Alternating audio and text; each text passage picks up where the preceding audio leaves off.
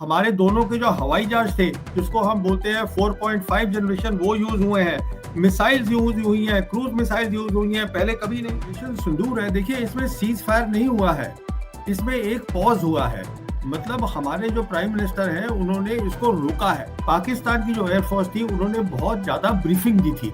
हमारे यहाँ हमने बात ही नहीं करी है, बिल्कुल हमारी एयरफोर्स ने कोई भी ब्रीफिंग नहीं किए होंगे। अभी बातचीत की कोशिश हो रही है यूक्रेन के ऊपर, रशिया और यूक्रेन की टीम में, वो सीज फायर की कोशिश हो रही है। हमारे यहाँ ऐसा कुछ नहीं हुआ है, सिर्फ प्रधानमंत्री ने कहा है कि मैं रोक रहा हूँ इसको। अब हिंदुस्तान के chief of defence staff general Anil Chauhan ने कबूल लिया है कि हमारा रफेल या नॉट रफेल, हमारा हवाई जहाज गिरा। पाकिस्तान की तरफ से, जैसे आपने बताया, जो आसिम मुनीर है आर्मी चीफ, वो आज भी आर्मी चीफ है, पर उनका रैंक जो है 5 स्टार कर दिया है। इसका मतलब ये है सिर्फ वही फैसले लेंगे लड़ाई के और पीस के हिंदुस्तान के। पाकिस्तान अपनी तैयारी कर रहा है, हिंदुस्तान अपनी तैयारी कर रहा है, क्योंकि ये तय है कि जब तक ये मामला सीज फायर नहीं होता, जो अभी तक नहीं हुआ है।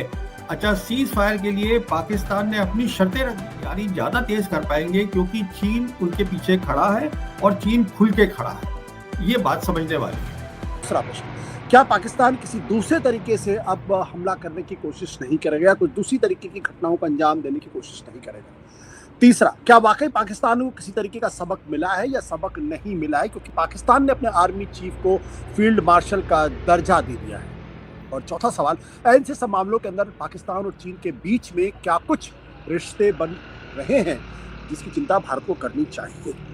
इन तमाम सवालों के साथ हम बात करेंगे प्रवीण साहनी जी से, जो देश के जाने माने नेशनल सिक्योरिटी और डिफेंस के एक्सपर्ट हैं और फोर्स मैगजीन से जुड़े। जी, आपका बहुत बहुत स्वागत है। 3 हफ्ते हो गए सर, क्या ये माने कि अब भारत आज आश्वस्त है, सुरक्षित महसूस कर सकता है?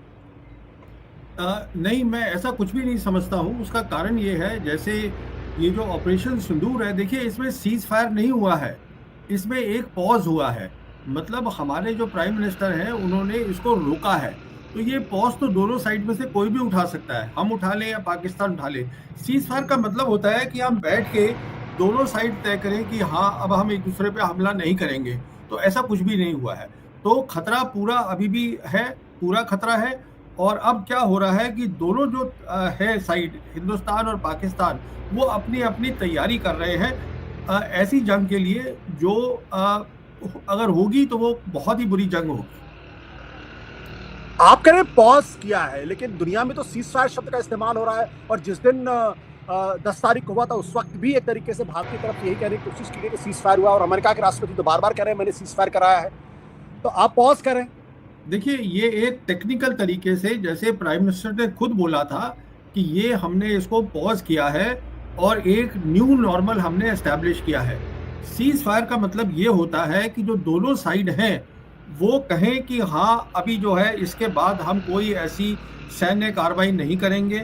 उसके लिए दोनों बैठते हैं। जैसे आप देख रहे होंगे, अभी बातचीत की कोशिश हो रही है यूक्रेन के ऊपर, रशिया और यूक्रेन की टीम में, वो सीज फायर की कोशिश हो रही है। हमारे यहाँ ऐसा कुछ नहीं हुआ है, सिर्फ प्रधानमंत्री ने कहा है कि मैं रोक रहा हूँ इसको, और दूसरी साइड भी जो है वो चुप बैठी है। तो कोई भी साइड इसको जो रोका हुआ है उसको फिर से शुरू कर सकती है।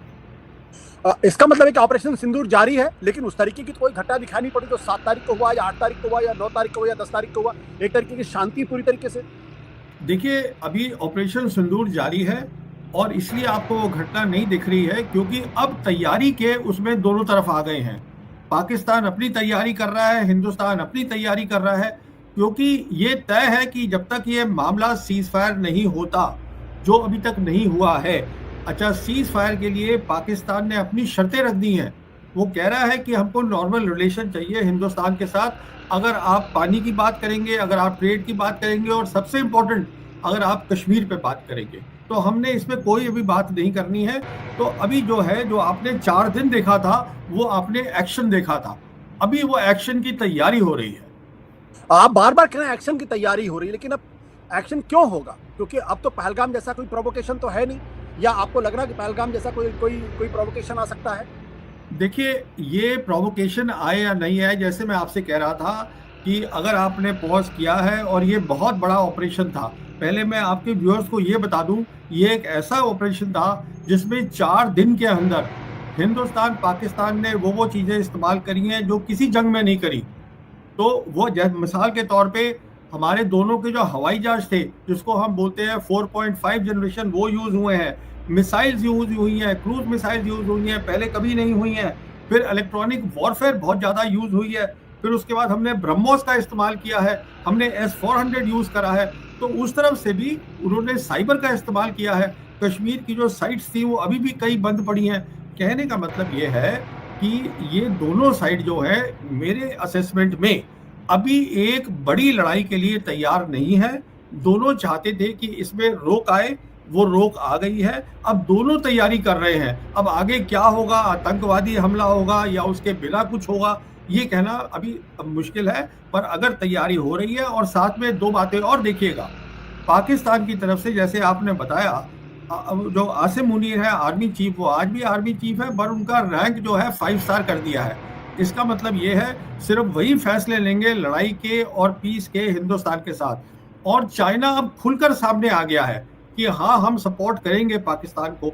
तो कहने का मतलब ये है कि ये एक बहुत टेंस सिचुएशन है। इसको आपके व्यूअर्स को समझना चाहिए। अभी कोई सीज फायर नहीं है। बिल्कुल, आपने कहा बहुत टेंस सिचुएशन है, लेकिन पॉज करने की मजबूरी कह लें या पॉज करने की जरूरत क्यों पड़ी?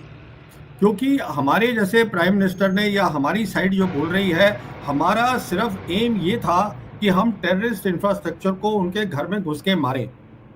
उनका एम ये था कि जब उन्होंने अगले दिन अपना ऑपरेशन किया, तो क्योंकि उनकी हम सरहद के अंदर हमने अपनी मिसाइल्स छोड़ी, तो उन्होंने भी अपना ऑपरेशन किया। जैसे मैं आपसे कह रहा हूँ, दोनों साइड तैयार नहीं है अभी पूरी लड़ाई के लिए, जिसे हम कहते हैं फुल फ्लेजेड वॉर, उसके लिए तैयार नहीं है। पर दोनों साइड ने अपना एक्शन करके दिखाया है, और दोनों साइड जो है उन्होंने क्या क्या हासिल किया है वो दोनों साइड को पता है। सानी साहब, एक इंटरेस्टिंग बात आपने कही, चीन खुल के उनके साथ आ गया है। अगर इस लड़ाई की अगर कोई एक बहुत ही विशिष्ट बात अगर मैं आपसे पूछूं, जैसे भारत ने ब्रह्मोस का इस्तेमाल किया, उनके 9 एयरफील्ड्स को हमने डैमेज कर दिया और आकाश का इस्तेमाल हुआ, तो क्या आपको लगता है कि पाकिस्तान के बारे में जो कहा जा रहा है कि उसने चीन के उस पूरे एयर डिफेंस नेटवर्क का इस्तेमाल किया और जो दुनिया ने एक नई चीज़ देखी, क्या वो सच अगर है तो क्या उसके बारे में आप हमको बता पाएंगे हमारे दर्शकों को? देखिए, सबसे बड़ी बात इस लड़ाई की जो देखी गई है, जो अब हिंदुस्तान के chief of defence staff general Anil Chauhan ने कबूल लिया है कि हमारा रफेल या नॉट रफेल, हमारा हवाई जहाज गिरा है।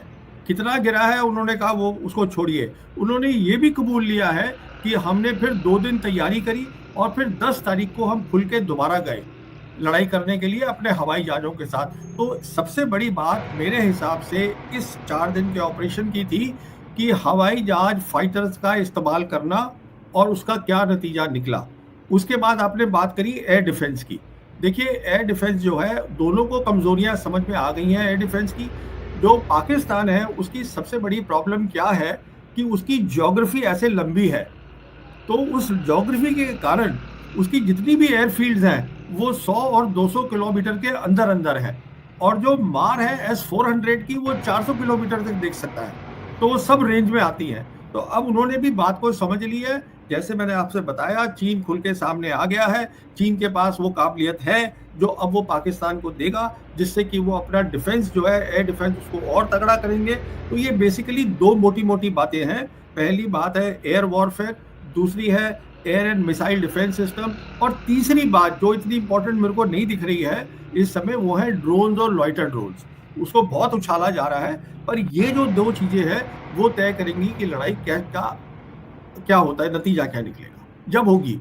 जो ग्लोबली इस वक्त चर्चा हो रही है वो चीन के हथियारों को लेकर चर्चा हो रही है, उसमें कितना दम है? क्या ये किसी प्रोपेगेंडा का हिस्सा है, या माना जाए कि चीन ने एक नेक्स्ट जनरेशन हथियार बना लिए हैं जो यूरोपियन कंट्रीज के लिए और अमेरिकन के लिए चिंता का सबब हो सकते हैं, या उनके हथियारों की जो क्रेडिबिलिटी है उसको सवाल खड़े हो सकते हैं? देखिए, जो चीन का हवाई जहाज है और जो मिसाइल है जिसको हम बोलते हैं, उनका हवाई जहाज था J-10 और उनकी मिसाइल थी PL-15। अब आप खुद देख लीजिए, जो डेसॉन एविएशन है जो रफेल बनाते हैं, जब हमने कबूला भी नहीं था कि हमारा कोई जहाज गिरा है, तो उसके स्टॉक प्राइस नीचे चले गए थे, और जो ये बनाते हैं J-10 उसके स्टॉक प्राइस ऊपर चले गए थे। और आप सारे जो लेख देखिए दुनिया में छपे हैं, क्योंकि पाकिस्तान की जो एयरफोर्स थी उन्होंने बहुत ज़्यादा ब्रीफिंग दी थी। हमारे यहाँ हमने बात ही नहीं करी है बिल्कुल, हमारी एयरफोर्स ने कोई भी ब्रीफिंग नहीं दी है। तो उससे ये अच्छा, फिर जो फ्रेंच इंटेलिजेंस है उन्होंने भी कबूल लिया है कि हमारा एक जहाज गया है। फिर जो डेसो एविएशन है वो भी कबूल रहा है। अब अगर सब कबूल रहे हैं, इसका मतलब ये हुआ कि चीन का जो आज हथियार है वो मुकाबले का हथियार है वेस्ट के और नेटो के मुकाबले का। मैं तो ये कहूंगा उससे थोड़ा सा बेहतर है। आपने कहा थोड़ा सा बेहतर है और चीन पूरी तरीके से पाकिस्तान के साथ है, तो ये भारत के लिए खतरे की घंटी है या भारत चीन और पाकिस्तान दोनों की कंबाइंड एयर डिफेंस का मुकाबला कर सकता है? नहीं, देखिए ये बहुत बड़े खतरे की बात है जो आप हमको असलियत समझनी चाहिए। और खतरा इस बात का है, मैं आपको बताता हूँ, क्योंकि चीन उनके साथ खड़ा है। उनके पास सप्लाई जो है वो बहुत तेज आएगी पाकिस्तान के पास। तो इसका मतलब ये है लड़ाई की तैयारी वो जल्दी कर पाएंगे। हमारे केस में अभी हमें ढूंढना है कि 5th जनरेशन एयरक्राफ्ट कौन सा आएगा। अभी आमका की बात हो रही है हमारे इंडिजिनस वाले की, उसके बाद अमेरिका कह रहा है हमारा ले लो, फिर रशिया कह रहा है हमारा ले लो। कहने का मतलब ये है कि वो तैयारी ज़्यादा तेज कर पाएंगे क्योंकि चीन उनके पीछे खड़ा है और चीन खुल के खड़ा है। ये बात समझने वाली है। जो चीन की टेक्नोलॉजी की जो एडवांसमेंट है वो कितनी आगे है? क्या वो यूरोपियन जो वेपन सिस्टम है उनसे बेहतर है? देखिए, चीन अभी सिर्फ एक ही मुल्क है पूरी दुनिया में जिसने 6th जनरेशन एयरक्राफ्ट के 2 प्रोटोटाइप दिखाए हैं। और चीन ने के पास आज की डेट में 5th जनरेशन के 2 हवाई जहाज हैं, J-20 और J-35A, जो अब वो पाकिस्तान को दे रहे हैं, जिसका बातचीत हो चुकी है। तो हमें ये वेस्ट का प्रोपेगेंडा होता है कि जो चीन की जो इनोवेशन है उसको आप नीचे करके दिखाइए। चीन ने डीप सीक करा है आर्टिफिशियल इंटेलिजेंस में, तो चीन की बहुत सारी उपलब्धियां हैं। तो हिंदुस्तान में भी लोगों को एक रियल तरीके से असेसमेंट करनी चाहिए कि चीन जो है आज सिर्फ कॉपी नहीं करता है, चीन बनाता भी है नई चीजें और अच्छी बनाता है। आपका असेसमेंट चीन के बारे में क्या है? देखिए, मेरा असेसमेंट चीन के बारे में ये है कि चीन बहुत तेजी से नंबर 1 कंट्री वर्ल्ड का बन रहा है। और उसका मैं एक आपको छोटी सी उसका एविडेंस दे देता हूँ। उसका जो बेल्ट एंड रोड इनिशिएटिव है, जो उसका प्रोग्राम है, दुनिया में 193 कंट्रीज हैं टोटल, उसमें से 154 कंट्रीज उसके साथ खड़ी हैं।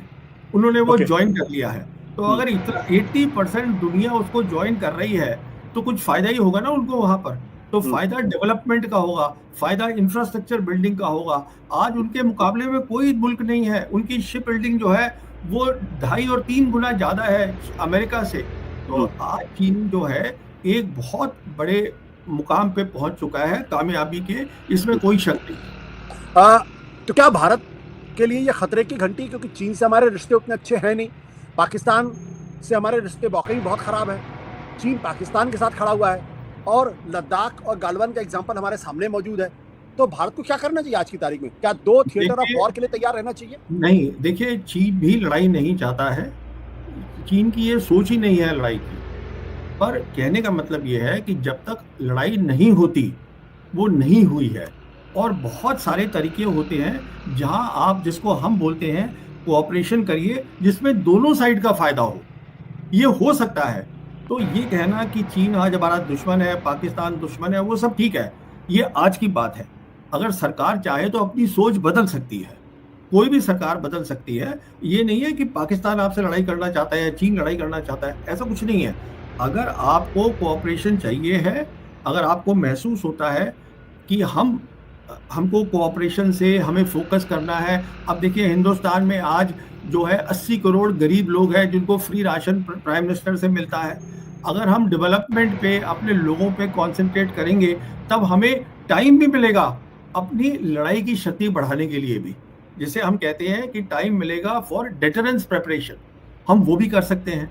तो ये तो सरकार को फैसला लेना है कि वो करना क्या चाहती है। जहां तक आपका सीधा सवाल है, आज की डेट में चीन जो है वो कॉम्पिटिटर है अमेरिका का।